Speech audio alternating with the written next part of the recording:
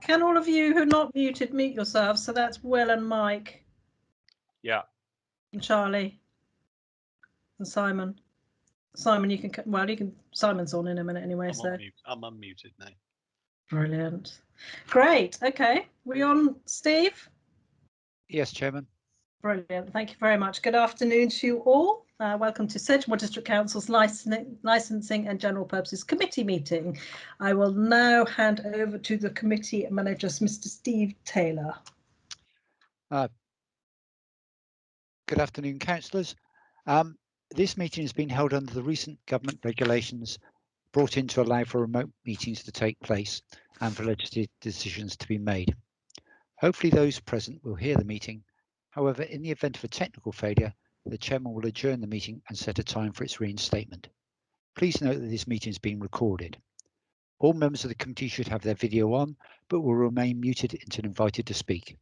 If you wish to attract the chairman's attention, please make use of the instant messaging function.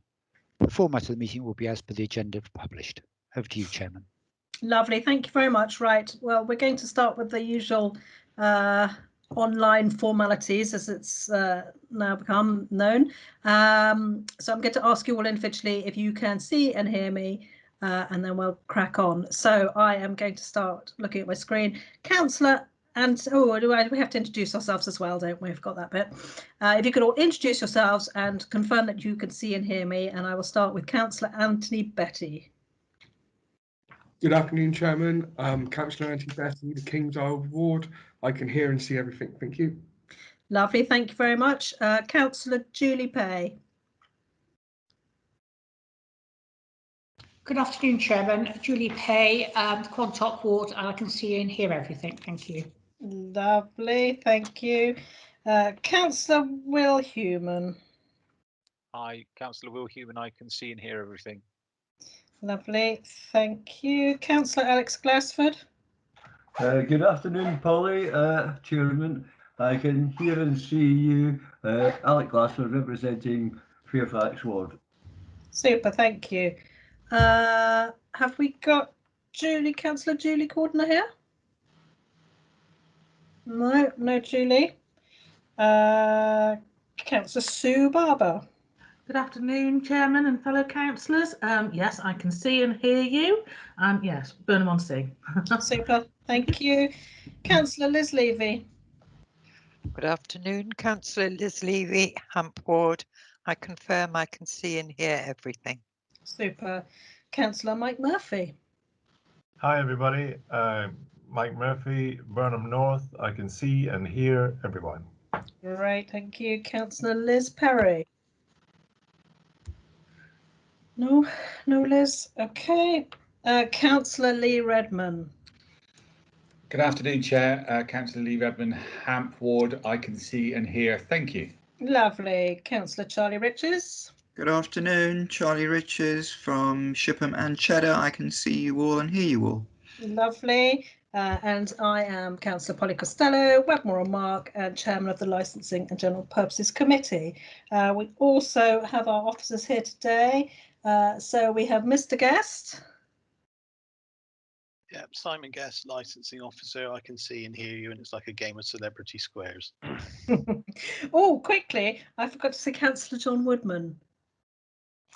He doesn't appear to be here, Chairman. Oh, okay, thank you. Mr. Weldon. Thank you, Chairman. Good afternoon, everyone. Alan Weldon, Licensing and Fraud Manager. Thank you. Lovely, thank you. And Mr. Osborne. Yeah, good afternoon. Nigel Osborne, Legal Advisor to the committee. And yes, I confirm I can see and hear everything. And last but not least, the fabulous Mr. Taylor. Thank you, Chairman. Yes, I'm Steve Taylor, Committee Manager, and I can see and hear everything. Thank you. Super. Thank you very much, everybody. And I will start with the agenda. Agenda item number 1, apologies for absence. Yes, Chairman. Apologies from Councillor Stuart Kingham and Councillor Barry Crowe. Okay, lovely. Item number 2, any urgent business? No, Chairman. Item number 3, public speaking time. Nobody's registered to speak. Lovely. Item number 4, declarations of interest. No declarations of interest. Super duper, lovely. Item number 5, taxi licensing policy and conditions. We are here to consider proposed amendments to the taxi licensing policy and conditions. Well, the report is attached. So over to you, please, Mr. Guest. Okay. Thank you. So the purpose of today's committee is to bring feedback to members from the recently completed public consultation into our taxi licensing policy that you approved in July of this year. The policy that members approved is attached in your report as Appendix A, and the feedback that we've received from consultees and the public is attached as Appendix B, C and D respectively. Before I go on to the consultation documents, could I refer members to section 3.9 in the report and the attached web link? That is a link to a gov.uk page from the Disabled Persons Transport Advisory Committee. Members may recall at previous meetings we've had some discussion regarding wheelchair accessible vehicles. And this has also been a discussion in licensing authorities up and down the land over the last few years as to where to pitch the number of available disabled accessible vehicles, taking into account disability rights and law, or even if we should be moving to 100% wheelchair compliant fleet. The key point from the publication is that they actually feel that a mix of saloon and disabled vehicles is currently the most appropriate standard, and this is partly due to the number of suitable wheelchair accessible vehicles available on the market. I therefore recommend we leave things as they are in our policy in terms of the vehicle numbers, but we'll welcome any comments or feedback on that point before we move on. Any comments or feedback from anybody? Any raised hands out there? Councillor Redman. Thank you, Chair. It's only just to support the comments of the officer. If his recommendation is that we maintain it as we are, I'm happy to support that if it's required.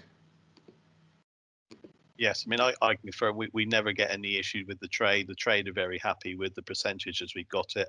So if we use the mantra, if it ain't broke, don't fix it. Let's leave it where we are. Lovely. Okay. So if I move on to the consultation responses, as you'll see from the report, we did contact a diverse set of consultees. This included various age, race, discrimination, disability groups, transport businesses, local medical councils, town and parish councils, and the local taxi trade.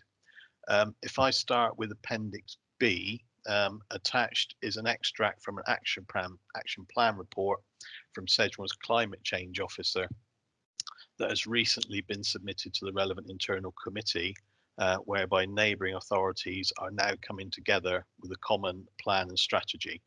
If I refer the members to the 5th point on the document, which states all taxis to be electric vehicles by 2030. I'm broadly supportive of such a move. However, I think members would need to consider there are major outside influences for such a goal that we have no control over. Firstly, would be things such as infrastructure, parking and availability of charging points. Secondly, would be county, regional, national approach and coordination needed in order to progress point 1. And thirdly, the cost of electric vehicles and policy restrictions. Now, while points 1 and 2 are things that committee would have little to no influence over, it's more likely we'll have to work to a timetable we are given as these things progress rather than have one of our own. With regard to the 3rd point, in terms of policy restrictions, one member of our trade did contact me several months ago, and they've looked into the suitability of wheelchair accessible electric vehicles. I've not done any research myself, but they've advised me at the time they could only find one such vehicle on the market with a price in excess of £30,000. So hopefully, as technology and science advance, this may actually be able to be improved by the potential 2030 start date. But hopefully it gives members some perspective of problems that could be faced by the local trade. So in summary, I feel that as things stand, it's difficult to put any specific timetable commitment to such a policy, but we could perhaps express a desire within the policy to move to an all-electric fleet when infrastructure allows. Now, I understand that since the report was circulated, we've had a further document from our climate change officer, which Mr. Weldon was going to address to you. Good afternoon, members. Yeah, I think something was circulated late this morning. In that respect, I think the electric vehicle charging strategy was being drafted as we went out to consultation, so it's fresh off the blocks, if you like, in that respect. And I think the document that was circulated this morning gave you a flavour for the fact that, if you like, electric vehicles are becoming more affordable. And the encouragement is to look at those vehicles overall in terms of running costs, long-term planning, etc. Clearly, the infrastructure isn't there, and the people behind the climate emergency action plan across the county recognise that. But I think it would be foolish if we didn't at least acknowledge the direction of travel in that respect. So I have managed to come up with a paragraph that we could put in the policy, that rather than pay lip service to it, at least we've taken it on board. What it says effectively is we are fully mindful of the climate emergency action plan and the electric vehicle charging strategy being developed for all councils in Somerset in 2020. This is a clear commitment to a carbon neutrality target, which is set for 2030, by which time it is expected that all licensed vehicles in the area will be electric. This cannot be considered immediately due to the cost of vehicles and the lack of charging infrastructure currently in place. We do resolve, however, to review this section of the policy as progress is made and electric vehicles become a viable option for the trade to consider. Over to you, Chairman, really, as to whether you think that would be a fitting paragraph to pay not lip service to it, but to actually recognise where we are. I do. I've got a hand up from Charlie Riches. Charlie, did you want to say something? Yes, thank you. Yeah, I would certainly support that, but I wonder if we strengthen it by putting it that we review by 2025. Yeah, that would be doable, and I think actually it's referred a bit later on that Simon will bring in line, is that minimum standards would require us to review it every 5 years, so that would fit in well, to be fair. And it's likely we could review it earlier and just do that section, but yeah, I think that's a good idea. Okay. Super. Okay, do we need to put that to a vote or not? If there's any, Chairman, I'd say unless there's any other comments, hands raised on that point, we can perhaps take that as read. Okay. Brilliant. All right, thank you very much. That's great. Okay, so if I move on to the next item, Appendix C, which was from Cheddar Parish Council and refers to the knowledge test. In my opinion, there's no need to amend the policy based on their suggestion. Mobile phones and books were listed as examples in the policy, rather than the policy having a definitive and exhaustive list of unacceptable items. I would advise members that when a knowledge test is invigilated by a member of the licensing team on a one-to-one basis, so an officer is always in a position to see if a candidate was using any unsuitable items to assist them. Okay, anybody got any comments on that one? No, brilliant. Should we just crack on? Super. Yeah, so if we go to Appendix D now, which is quite lengthy. This is from Patrick Quinton, who works for Avon and Somerset Police.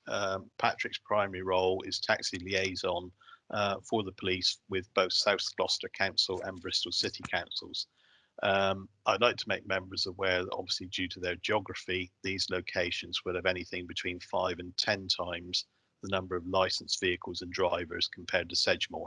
So undoubtedly there are a lot more issues in these areas. However, it is good to get feedback such as this from people working in greater numbers and looking at it from a different perspective. If I go through some of the points he's raised in Appendix D, page 5 refers to language tests. Proficiency of English is something the licensing officers have been able to pick up at meetings with drivers before we grant a license. Unfortunately, there's no barometer, so it is down to officer discretion. We are looking to incorporate this into our redeveloped knowledge test to take the discretion out of officers' hands. So I don't feel there needs to be any amendment to the policy on that point. Okay, and anybody else? No hands up. Anybody got to say anything to say about that one? No, don't look like it. Okay, crack on, Simon. Okay, Thank you. right. Next one's page 8 and 9 to do with declaration of arrests and speed awareness. There's nothing in legislation requiring declarations of these things. Also, we have no means of verifying anywhere if someone had been arrested or, for example, have been on a speed awareness course, where we do have the ability to conduct criminal and motoring conviction checks through DBS and DVLA. Yes, we can include these things now. It is difficult to verify them. However, if I refer members to Appendix E, so I won't drag on for this too long, this does become part of the minimum standards. So hopefully I'll come into that into a bit more detail later. Okay. Taximeters, page 11, where it's saying about time shown on the meter. That's never primarily been an issue in this area as far as I know. I'd hope a common sense approach would apply. If you ask 5 different people what the exact time is, you probably get 5 different answers in terms of, say, a taxi is waiting to pick someone up at 7:30.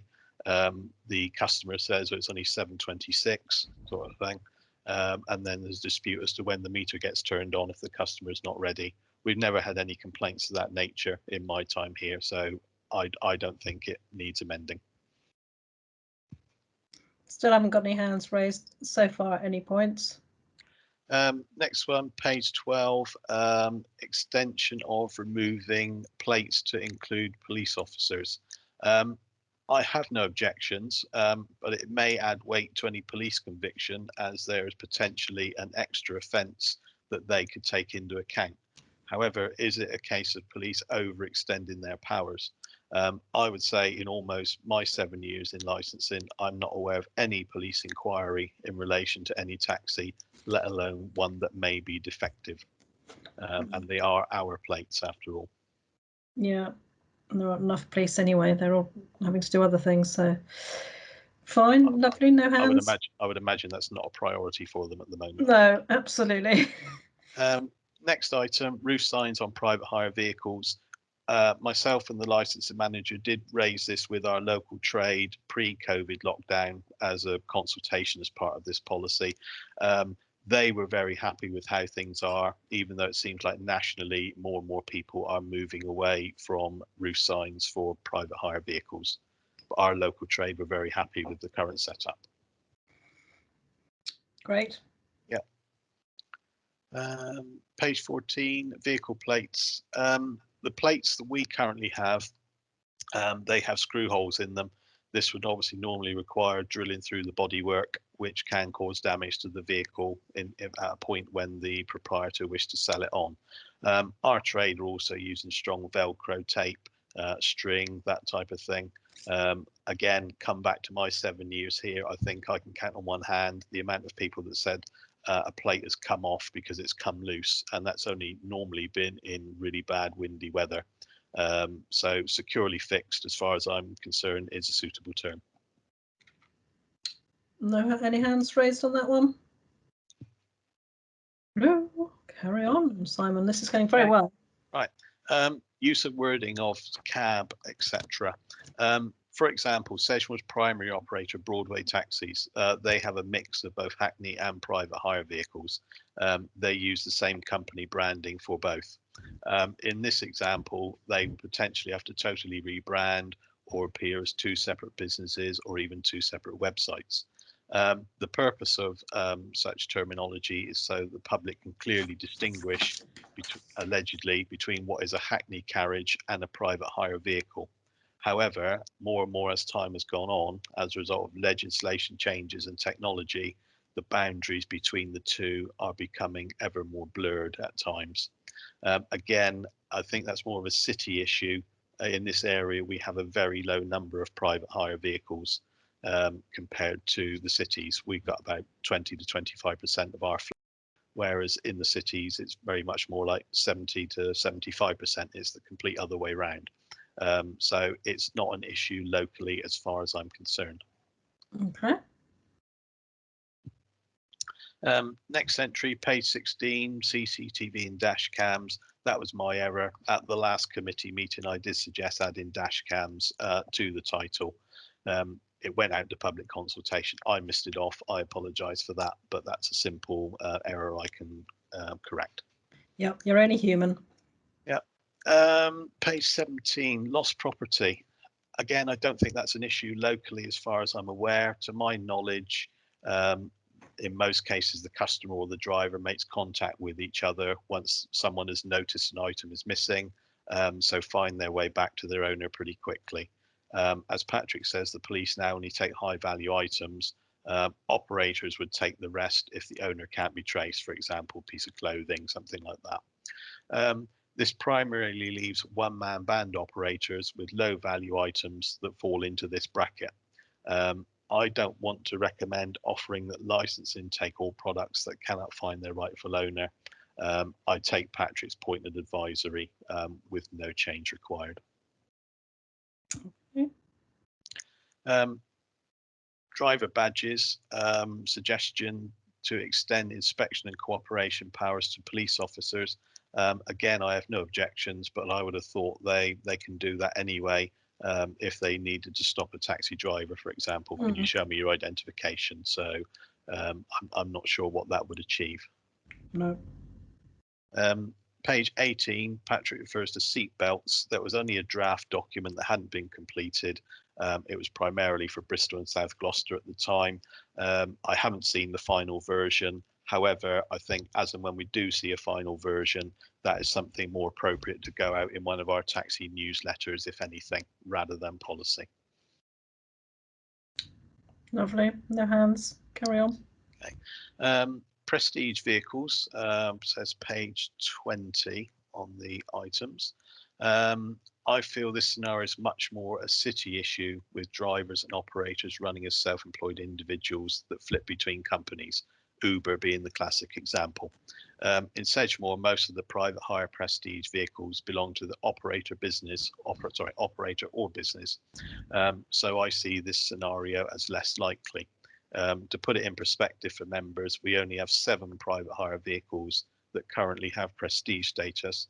5 of them are linked to one company that is currently suspended trading due to COVID.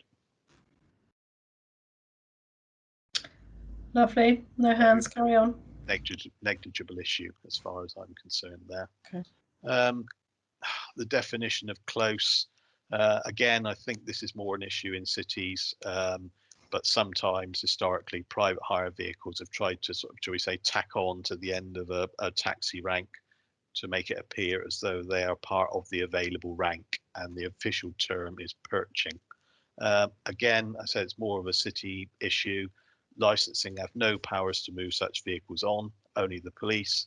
And post-COVID, that would require more staff resources for regular enforcement to manage this. Again, our local trade do not seem to report this as an ongoing issue or problem. Lovely. Okay. Page 21, it says about operators in general. As members will know, when you sit on panels, the driver issues, perhaps where someone's got something to do with the DBS or an issue over whatever it may be, they are held in exempt session and therefore confidential.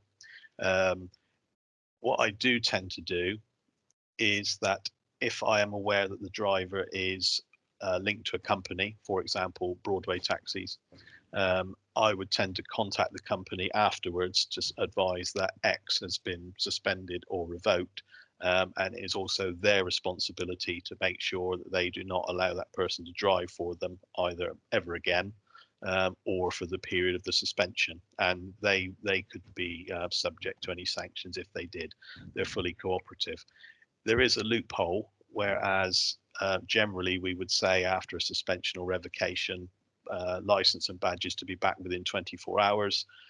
There's nothing to stop that driver going to another company and showing their badge, showing their license, and say, here you are, I'm licensed. The company say, when can you start? I can start in an hour, and they've got a job. we're going into sort of data protection issues if we go down the route of sending out some sort of circular to companies to say X has been revoked, X has been suspended. So I'm a little bit concerned about how we could do anything with that. So I don't know whether legal advisor Nigel had anything for that. Nigel?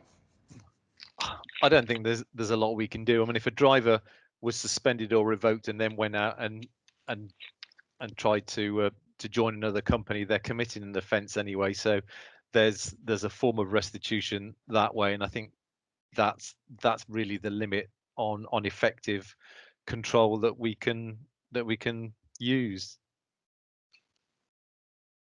I can't see anything else that we can do practically, to be honest. Okay. The only other thing we do have is there is what's called the National NR3 database, which is set up by the National Anti-Fraud Network, and we, along with other councils, are signed up so that as and when a panel conducts a refusal, it doesn't include suspensions, it has to be refusals or revocations, those skeleton details are put onto the database so that any authority can access that. So they would see, for example, Sedgemoor revoked this person's license on the 1st of October.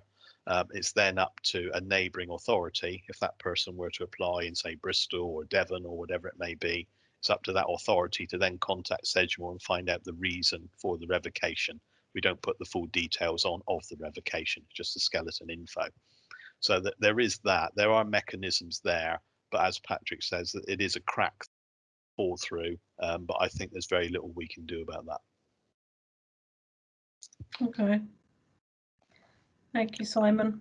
Okay, and I think the last one he's put on there, he's talking about drink and drug testing. The way it's worded, it implies to me that the suggestion is that perhaps licensing officers could do drink and drug testing.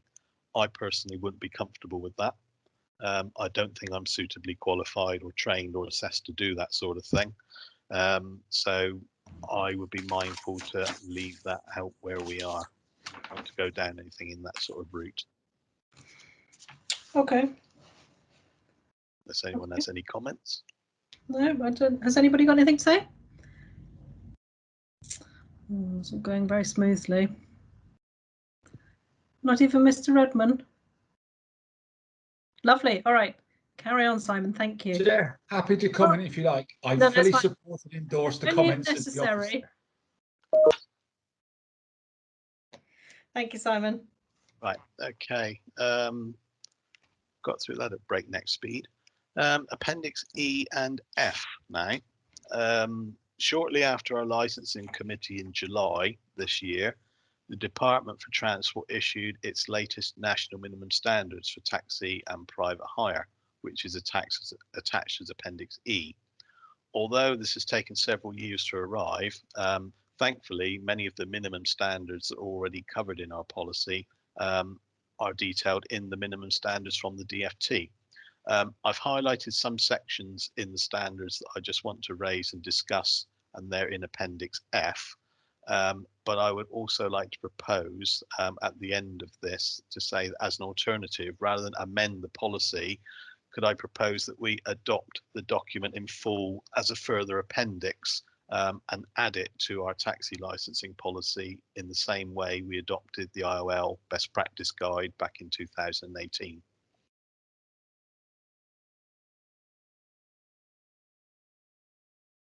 Yeah, do you want me to go through the points? Chair, if you need someone to support, I'm happy to accept the proposal. You're muted, Chair. Oh dear. I think. Yeah, no, that's great. Are we going to vote on that, or is everyone? Steve? Chairman, I'll second that proposal. Super.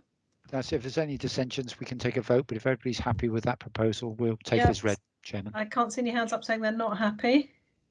Speak now. No, lovely, super. Okay. If I just scroll through just the points for discussion, some of the highlights in there. 3.5. Again, it's recommending that the policy is renewed every 5 years. I think that was mentioned earlier when we talked about the climate change, reviewing it in 5 years. That can be part of that anyway.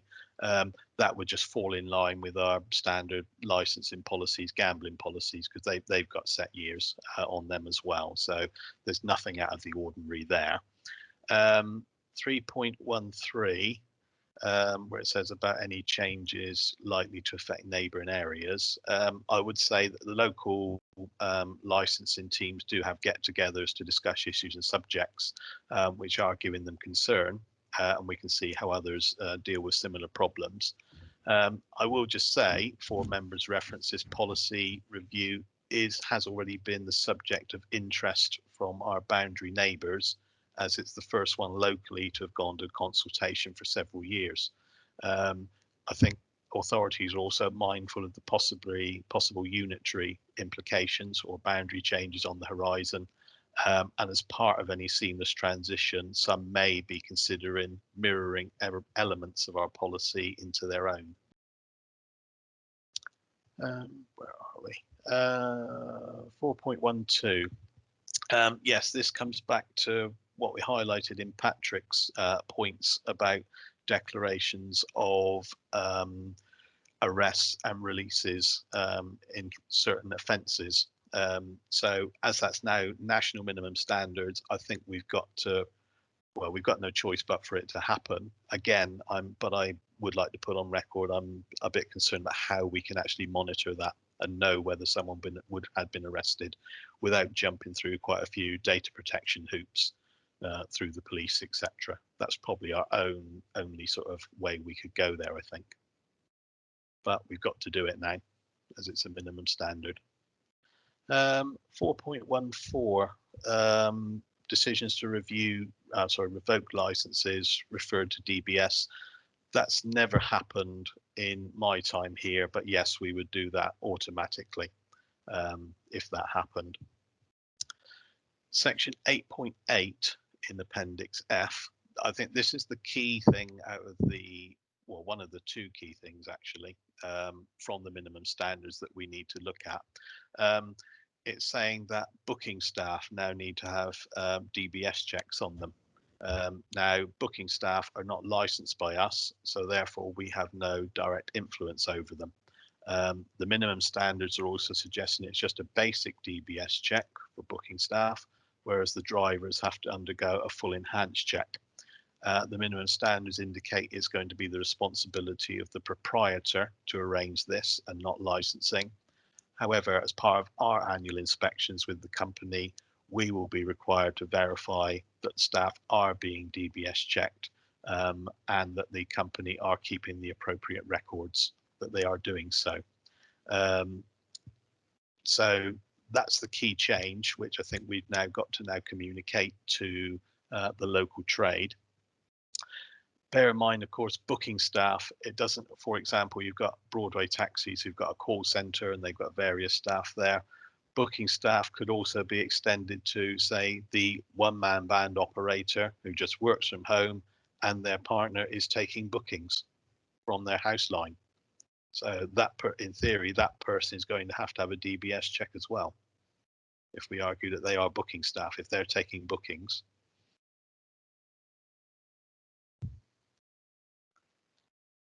But that's for us to communicate with the trade. 8.13, two new additions in terms of information required for private hire inspections, which I've highlighted in red on Appendix F.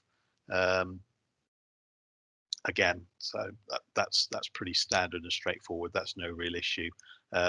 On some of the inspections I've done over the last few years, so I think some are already recording that anyway. So that's not going to be a problem as far as I'm concerned. Now, the next bit refers to annex assessment of previous convictions.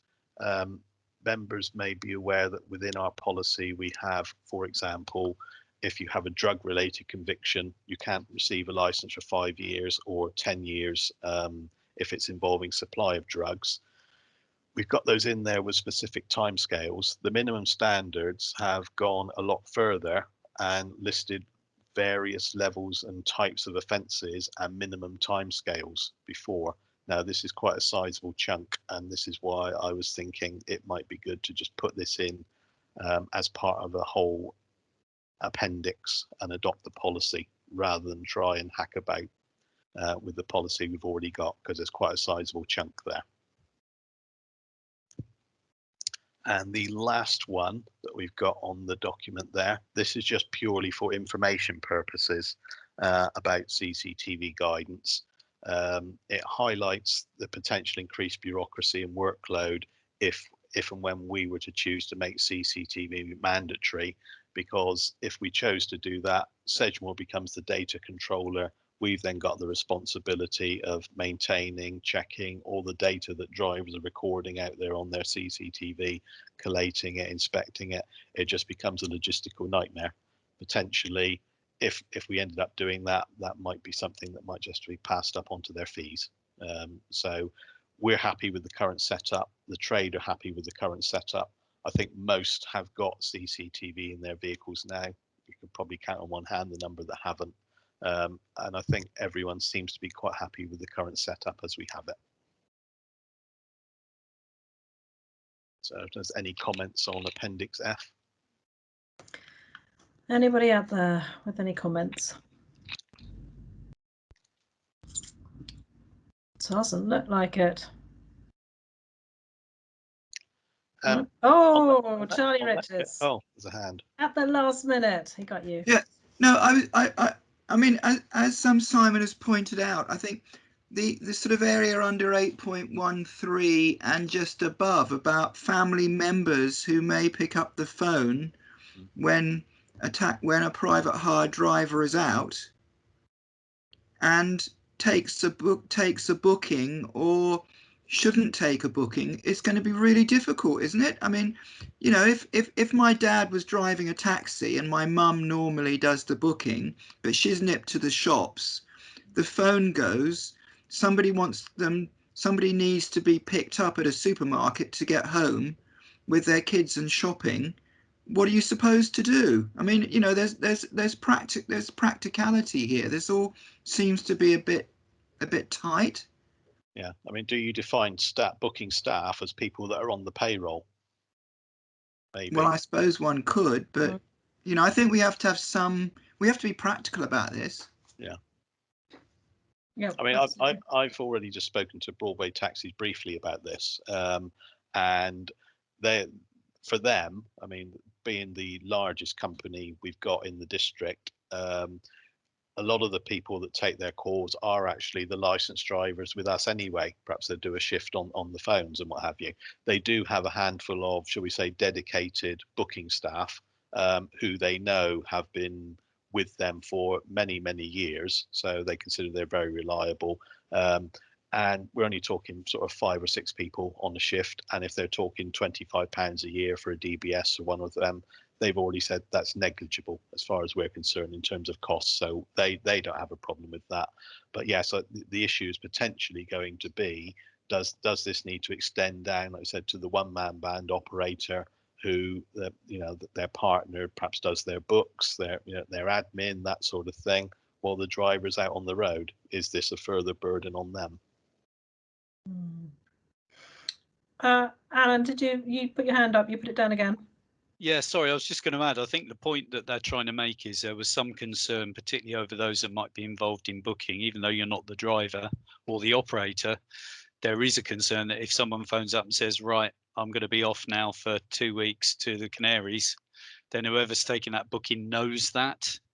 And it's reducing the impact, if you like, on somebody that might be aware that a premises is empty for a while. And that could lead to criminal activity. I think that's one of the most quoted points around that. But I take your point.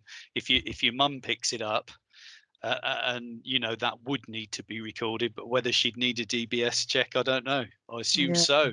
If there's a risk and you're a one-man band, I think that would extend to anybody that would have access to the booking records. But that's the predominant reason. I think it's to eliminate the potential for crime through knowing where people are. Thank you. You put your hand up. Oh, put it down again. Yeah, I know. Sorry, I went for mute and missed. Sorry. Okay. Thank you. I've gone through all the agenda items, Polly. There's just one other, well, actually two other bits just to add here, if that's okay. If I go on to just a brief update on medicals. Remember at the last committee, we had a discussion about the increasing difficulty for drivers to get a medical provider that was willing to comply with our policy. As part of our consultation, we did send it to the Somerset and North Somerset Local Medical Council, our policy, and we had no response. So I propose that we leave the sections on medicals as it is. Alternatively, we have to give serious consideration to lowering the standards of the policy. I think it's fair to say you could probably count on one hand the number of authorities who do not insist on a Group 2 medical. Our policy is flexible enough in comparison to others to allow a medical professional with access to the driver's records to conduct the assessment rather than insisting on a GP. GPs will happily complete such a medical for bus and lorry drivers, as their assessment is sent direct to the DVLA doctors, who make the decision as to whether someone's medically fit, as it is they who issue their license. The DVLA will not do this for local authorities, as they do not issue the taxi licenses. A licensing officer cannot make a decision as they are not medically qualified. This leaves either the GP or the medical professional to make such a decision. Increasingly, GPs were refusing to complete on the grounds of these medicals are not NHS work. Unfortunately, due to COVID, this has now been compounded even further with almost a blanket non-availability to complete such medicals. We have been directing drivers to an outside company based in Taunton, and these medicals have been coming back with the minimum of fuss and complication. So it seems to be working well at the moment. We did have a 6-month self-declaration exemption for medicals when the country was in full lockdown, but as things have eased, we've now removed this option, but we could of course return to that if and when the national situation deteriorates again. So that's just an update on medicals. I mean, there was a bit of concern last time. The outside company are now open. They're coming back, no bother at all. So, and there's no more twitching from the trade in terms of getting a bit concerned about it. So I'm inclined to leave things as they are. I don't think that's touching. And more to the point, you wouldn't want to, well, you couldn't get an appointment with your GP even if you tried, could you? Probably not at the moment, not for something like that, non-essential. Mike. Can I ask a question? I know I'm only observing, but I just wondered, is there any provision for drivers to have a sight test, or are they just self-declare that? Or, you know, I mean, one would imagine that sight tests are quite fundamental to medicals, but I don't see any reference anywhere. I mean, is that a question that I'm asking the question? Can someone clarify it for me? What is the policy regarding sight tests? Yeah, well, the Group 2 medical that they have to undertake, part of the medical does include a sight test. So that is inclusive in the Group 2 medical, as well as your general sort of health, blood pressure, etc. There is an eye test element, and the eye test element, shall we say, is actually more stringent than what would be if you went to just the opticians for a standard routine eye test. So it's a little bit more thorough, and it is actually included in the medical, so that would be covered, yes. And where would the I got the impression reading this little paragraph at the end that neither one nor the other will get involved in tests, sort of thing. Is there a mandatory test for medical, for a sight test? Is it mandatory? What, in terms of our policy, or nationally? Just generally. I mean, it kind of says a licensing officer cannot make a decision as they are not medically qualified. This leaves out the GP or medical professional. Increasingly, GPs are refusing to complete on the grounds these medicals are not NHS work. This is being compounded. So it sounds as if there's no medicals going on. Yeah, basically what's been happening is if someone is a lorry driver, HGV driver, bus driver, they can book in and go to the GP, get their medical done. The GP fills out the questionnaire with all of the forms and all of the results of the medical assessment, signs it. That goes off to the DVLA, and it's the DVLA doctors that make the decision. So the decision is out of the GP's hands as to whether that driver is medically fit to drive. Is that including taxis? No, so that doesn't include taxis, because anything to do with the bus licenses, lorry licenses, they're issued by the DVLA. The taxi licenses are issued by the local authority. So the DVLA won't make a decision as to if someone is medically fit to drive a taxi. And as licensing officers are not medically qualified, this leaves it back to the GP to make the decision. And they've been saying, we don't think we should be making that decision. That should be yours because you're licensing them. Does that mean then a taxi driver who's half blind or only has one eye is not tested? No, they still have to have a test. We need a certificate signed by someone who's done a medical professional who's had access to the medical records before a license would be issued. And is that the case? But is that the case? I mean, is there like a nurse or a medical, like a nurse practitioner, where they can go to a clinic or they have to go and they get a document? Is that the case or not the case? The company I referred to, which is a company called D4 Drivers in Taunton, they are, shall we say, specialist Group 2 driving medical assessors. So they know the standard D4, I think that's the official term, D4 medical criteria back to front, whereas a standard GP would just have probably a basic knowledge of it because of all the other requirements they have to know. So we are pushing them down that way to these specialist medical assessors. Does that help? Thank you very much. It clarifies it for me. Thank you very much. Yeah. Okay. I got a quick question, Mike. Why were you saying you're only an observer? Well, I asked to join your committee some time ago, but I was advised by Steve, if he's here, Steve, I'm here, Mike. Because I had not. I do have the only thing I have in licensing is I've been running events in the parks for 25 years and I've got a private license. But at the same time, I have no experience of taxis, of trucks, of apart from what I've gleaned in my time as a person who is running a distribution business. So Steve said at the time, quite rightly, we would need to fit you up with somebody who can do a briefing for you of the work of the committee, giving a general outline, perhaps giving you some sort of background. I said, I'd love to do that. And unfortunately, I was busy. Alan, I think, got in touch with me some time ago and I missed it. Then we mentioned something about a possible appointment and I couldn't do it. So I decided that the best thing to do was to hell with it, just join the committee and become an observer and learn by observation.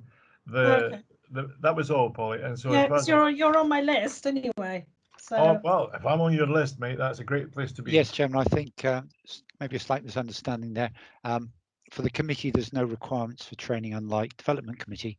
However, to sit on the licensing panels, a requirement is for members to receive some training, which most of you received when they took office at the beginning of the year. Right, so. And I think so. We're talking about licensing panels, which sort of semi-judicial, and Mr. Wellen is arranging training for that from Councillor Murphy. Sorry, I went off piece there. It's got nothing to do Thank you very much. Meeting. Sorry.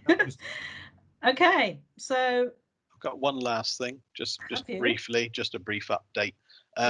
You may know at the minute we are in the middle of a taxi driver renewal process, which is something we do every 3 years. All their licenses are expiring at the end of November this year. Just purely for update purposes, we had, I started the renewal process in the middle of August for invitations to reapply. There were 186 individuals that were invited to reapply. Up until now, we've had only 130 have come back. So now, whether part of that is due to COVID, we've lost about 30% so far. So whether part of that is due to COVID, we did have quite a, shall we say, a top-heavy age group of drivers who were, shall we say, 60 plus sort of thing, who probably through lockdown in April and May, when the weather was quite nice and they're not working, sat in the garden, thought, I quite like this, and realised they don't need to go back to work, or why do I need the hassle? There may have been an element of that to it. Now, at the minute, I've still got about another 20 that have made literally no contact with me whatsoever. So I don't know if they do intend replying or not. They have missed a formal deadline, but that's not to say that if they didn't apply, if they applied next week or something like that, we should be in a position to get them out by the end of November, the licenses to them. I just gave them a deadline of mid-September so that we could more or less give them a guarantee that they would be seamlessly licensed for 1st of December when the existing license ran out. But it's just to give you an insight really that it seems at the minute though that potentially about 30% of the trade have disappeared. So whether you can relate that to COVID, I don't know. I don't know. Is there do you normally have to chase them? In previous years? No, I mean, the invitations go out. There's quite a few drivers have come back to me and said, I'm not renewing this year. That's fine. They've been struck off the list. I said, I think there are other influences this year. As I said, we have got quite an aging group on the whole of drivers. And I said, I think perhaps what else has gone on over the last 6 months has just been the final straw, probably for some people. It seems as though on the whole, we've had a few individual drivers, specifically in Burnham, have called it a day, no longer operating. The companies seem to be ticking over, as far as I'm aware, but everyone's just reporting a significant drop in trade. And obviously with things such as the 10 o'clock curfew at the moment for pubs kicking out, especially when the meters go on time and a half from 11 o'clock at night. That's obviously sort of knocked quite a big hole in their takings. Yeah, I can imagine. Okay. Thank you, Simon, for your presentation and your updates with everything. Thank you. That's great. We've got one more item on the agenda, which is item number 6, licensing panels. To note, the licensing panels held since the last committee meeting, and the report was attached. So I presume you've all had a look at those. We've had some interesting ones. And that concludes our meeting this afternoon. So thank you very much for all attending. Nice to see you all, and we'll see you in the near future. Thank you.